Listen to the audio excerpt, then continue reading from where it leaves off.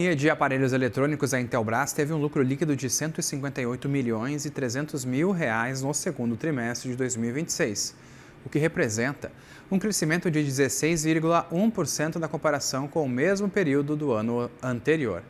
E quem entra com a gente para repercutir esses números é o Bruno Teixeira, gerente executivo de relações com os investidores da Intelbras. Uma boa tarde para você, Bruno, seja bem-vindo.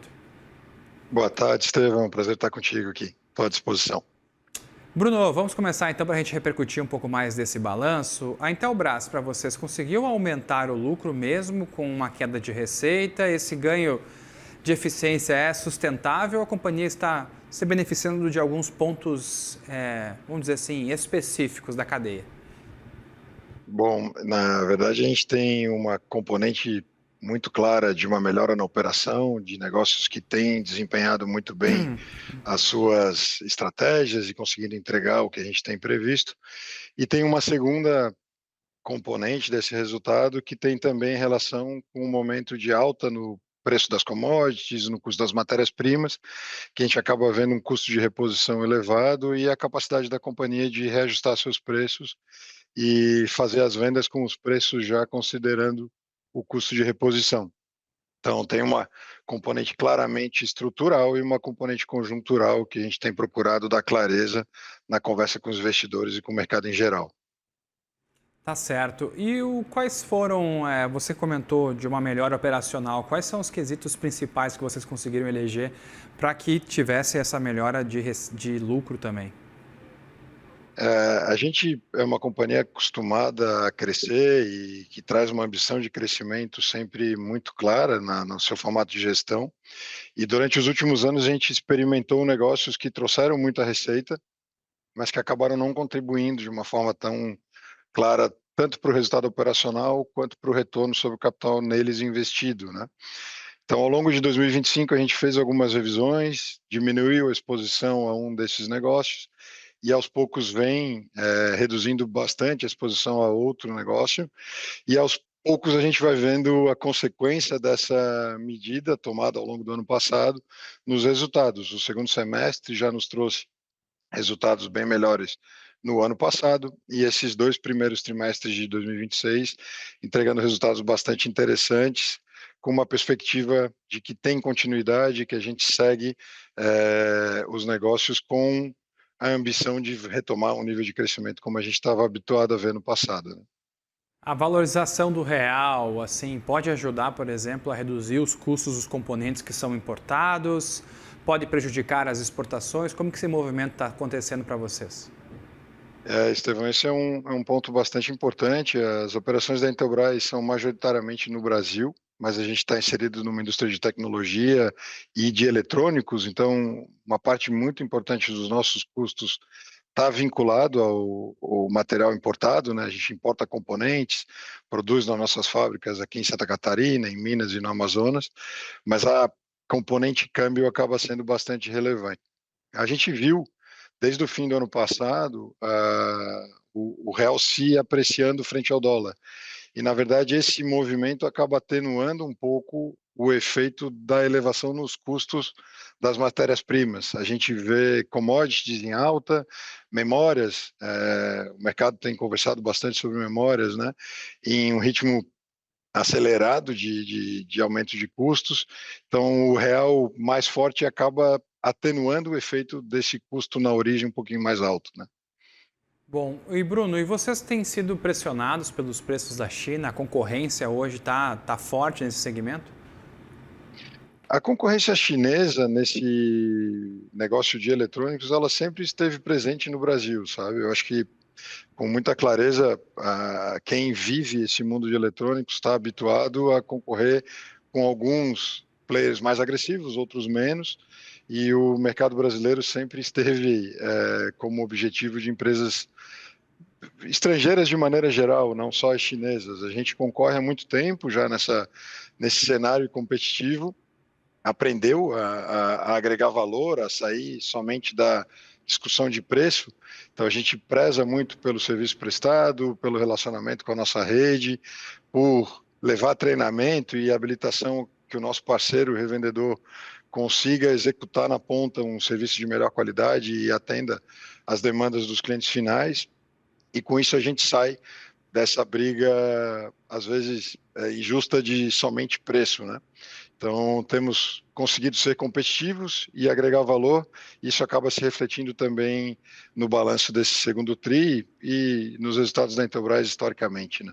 E o que falta acontecer para que a receita, por exemplo, volte a crescer, já que o lucro foi maior, mas a receita baixou? Excelente ponto, Estevão. E esse é um cuidado que a gente tem tido quando conversa com o mercado em geral, porque a gente compara ano contra ano e enxerga uma queda, né? Que é exatamente o teu ponto na pergunta. A gente precisa também lembrar o que aconteceu em 2025.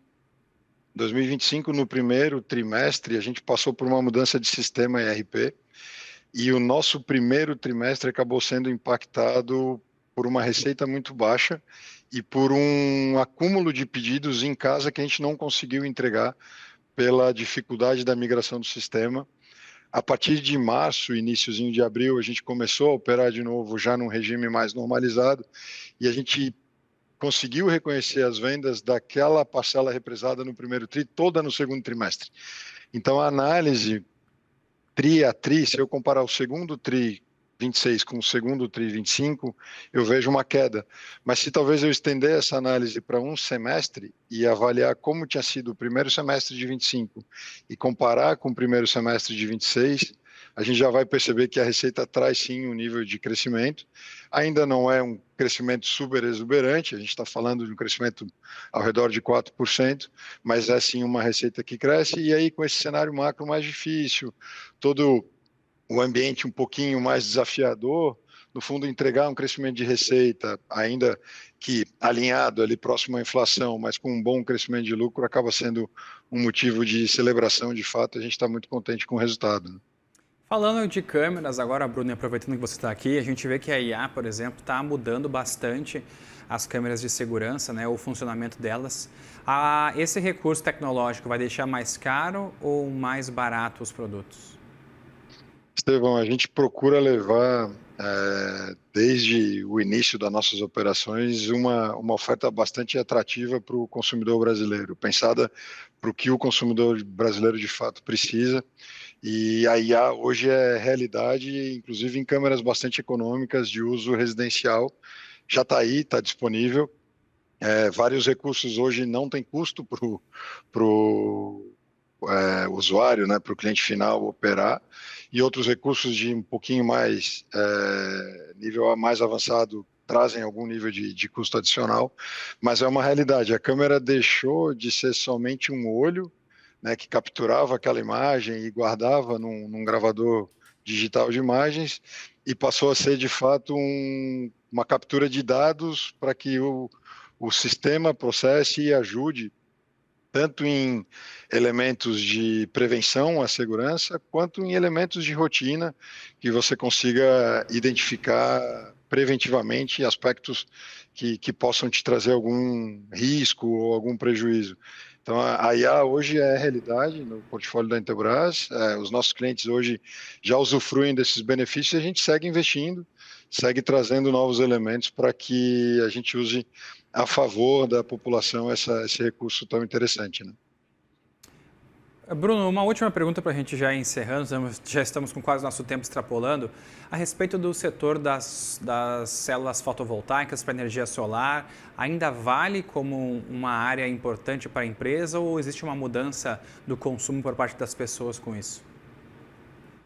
Existe sim um entendimento que é um negócio interessante, tanto para a gente quanto para o nosso revendedor, e principalmente para que esse conjunto oferecido ao cliente final entregue um gerador de qualidade e de confiança na casa do cliente final. O que a gente estruturalmente reviu foi uma estratégia de buscar ser líder. A Intelbras gosta de ocupar a liderança nos mercados que atua, e nesse mercado em especial a gente enxerga que é mais importante continuar entregando um gerador de qualidade numa relação de fidelização com a nossa revenda e um cliente final satisfeito, do que buscar ativamente um ganho de market share e uma posição de liderança. Então, energia solar continua sendo interessante. payback é bastante interessante ao grande público, a gente entende que é uma fonte geradora verde, né? No telhado das residências ou dos pequenos negócios, ela está próxima à carga, é muito eficiente para o sistema em si. Então, é um negócio que a gente entende fazer bastante sentido. Só não faz sentido estar inserido numa busca por volume, por receitas e liderança, porque acaba que ainda é um negócio bastante pulverizado, com uma briga bastante grande somente por preços, e aí a gente prefere se posicionar atendendo, agregando o nosso valor e seguindo o nosso negócio adiante. Bruno Teixeira, gerente executivo de RI da Intelbras, muito obrigado pela participação aqui com a gente. Eu que agradeço, o prazer, estou sempre à disposição. A gente também, um abraço.